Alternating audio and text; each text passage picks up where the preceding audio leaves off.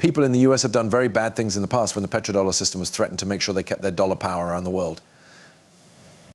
Most of them you've probably heard of because of the many wars in the Middle East and even the Vietnam War, when China was trying to gain more power and take over the US's central banking system. The US is aware that if they lose control of the world's central banks and their ability to print dollars for everyone, their empire will end. To protect their empire, they do everything they can. However, that system is more threatened now than ever before, which is why there are so many new fights every day. A bright spot in this otherwise gloomy situation is that cryptocurrency is a great way to fix this system, something that works much better for you and me than the way things are now. Whitney Webb will talk about this system and what we need to watch out for in today's video. We'll also talk about cryptocurrency and why XRP and HBAR are likely the best ways to solve this problem at the end of the video. Press the like button. Let's start. In the case of Saudi Arabia getting rid of the petrodollar, you could say that Mohammed bin Salman has been moving away from the dollar for a while now, even before the official statement. When he took office, his main goal was to move Saudi Arabia's economy away from oil. He introduced his Vision 2030 plan and hinted that he wanted to move Saudi Arabia away from oil and make it a star in the fourth industrial revolution, which includes new technologies. We've also seen other things like that. Big players in the oil business in the Middle East, like those in the United Arab Emirates, do pretty much the same thing. I believe it has been planned for a while. Interesting fact, MBS was close to Jared Kushner, Trump's son-in-law, as soon as he took office and while Trump was president. We know this because of emails that have since been made public that show Kushner supporting the idea of stablecoin for the US dollar. He actually shared what I think was a blog post by Sam Altman with Steve Mnuchin of the Treasury Department. In it, Altman talked about the USD coin. This was before Circle started USDC, but it was still interesting. So it's possible that these talks happened a long time ago and aren't as new as the headlines make it seem. The only thing I'd like to add is that it's important to remember that the US has gone to war and killed millions of people to protect the petrodollar system, which keeps the dollar as the world's reserve currency. Since I was a kid, one thing I've loved doing is researching. There were probably more than one reason for invading Iraq, but I think one of the main ones was that Saddam Hussein had started selling oil in euros instead of dollars and made a lot more money. He did this to show other OPEC members that they could also make more money by selling currencies other than the dollar. Then there is the case of Libya. In 2011, when Gaddafi was trying to switch to a gold-backed currency called the dinar, he sold it to African countries. Many of these countries use dollars or French money. That's why the US and France basically led that operation to change the government, which had terrible results for Libya. It went from being the safest country in Africa to the most dangerous. People have used that as an example or reason for why immigration in Europe got so out of hand after that. In some situations, the US government, or rather the US power, is ready to do anything to protect the dollar. So the idea that they would do nothing and let the dollarization happen without making any plans is crazy. Even more so because they knew they couldn't keep this up forever and that the world would eventually move on from oil. You know, I think it's important to remember that these people have been very serious, played very dirty, and caused crazy turmoil, all to keep the dollar as the world's reserve currency, which helps the US a lot. I'm sure they want to keep those benefits, even if it means using a different method. From a bigger picture point of view, economic warfare has been going on for a long time against countries like Argentina, Lebanon, and many others around the world. Argentina shows how it's done.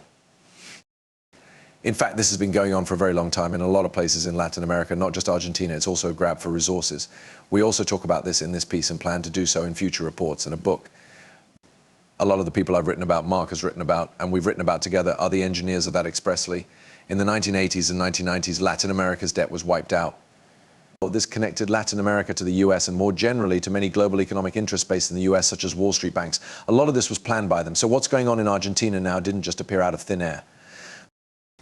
Argentina's central bank, central bank is to blame for a lot of this, but it didn't just happen there. The decisions were made by the heads of the central banks who were chosen by the presidents. Plus Malay, who has said bad things about Argentina's central bank, put a former head of that bank in a top job in his government. That's right, these decisions were made by leaders. As someone who has lived in Argentina and written on its politics, I can say that the politicians there don't even try to hide how corrupt they are. There are times when it's so obvious that I've never seen anything like it anywhere else in the world. I really believe that what's going on in Argentina, because of the way the economy is right now, those people may need steady coins. For some reason, though, I think that was meant to be that way. That was the situation they were designed to be in. On top of that, there are two benefits I would say that the same people who made the problem the answer also made the tether play. That sounds a lot like what Elon Musk is doing, but I think it's done backwards. That's right, Tether began with money, the safe coin.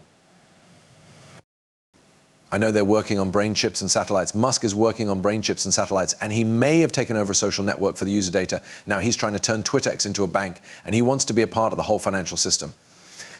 What's going on there? It's really strange. Also, all of these PayPal links make a lot of sense since Musk helped create PayPal. So in the case of Us.Intelligence, if you go all the way back to the beginning, it was all Wall Street people. This has been said by CIA deputy directors. It was lawyers and bankers from Wall Street. Since the beginning of the CIA, there have been open and closed doors between the CIA and Wall Street that are still going on today. It's also possible to see the CIA as a mix of public and private business.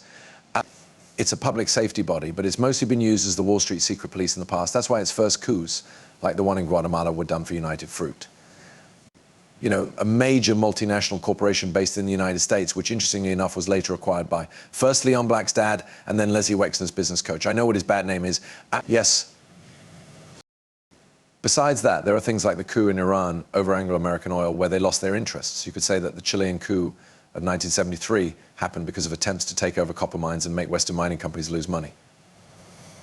And then they come in and pull off a coup or something. It's been good for both of them for a while now. And I think the CIA saw a chance as we moved into the information age. Okay, let me go back a bit. From the very beginning, the internet was called ARPANET, which was a Pentagon project. And if you really want to learn more about that past, I really think you should read A Surveillance Valley by Yasha Levine. It was mostly made in Vietnam as a way to fight insurgencies. They wanted to do that. These are the same people who worked on the Phoenix program, which was the first time military information was used.